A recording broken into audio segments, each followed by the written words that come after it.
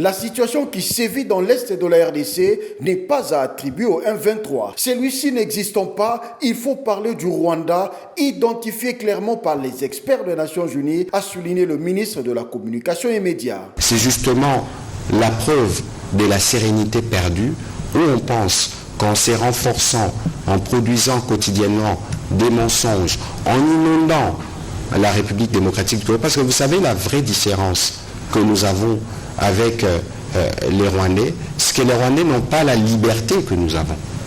Nous sommes libres dans nos réseaux sociaux, nous discutons et parfois nous discutons trop sur des choses, par exemple des questions militaires pour lesquelles nous n'avons aucune expertise.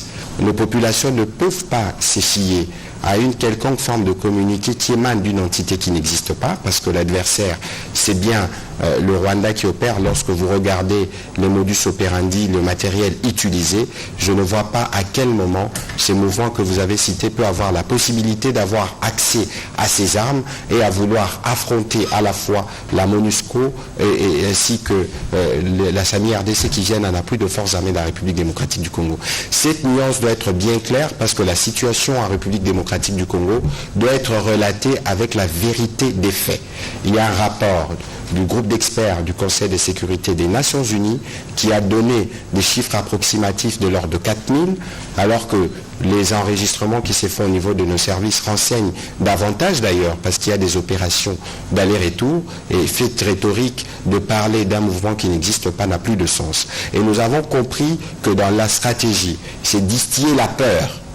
C'est distiller la peur. Le ministre de la Communication a surtout appelé les Congolais à s'abstenir du poison rwandais. C'est aussi l'occasion d'interpeller les uns les autres, parce que nous sommes justement dans une situation de guerre, dans une situation où nous voulons nous assurer que nous avons pris toutes les mesures pour protéger nos populations.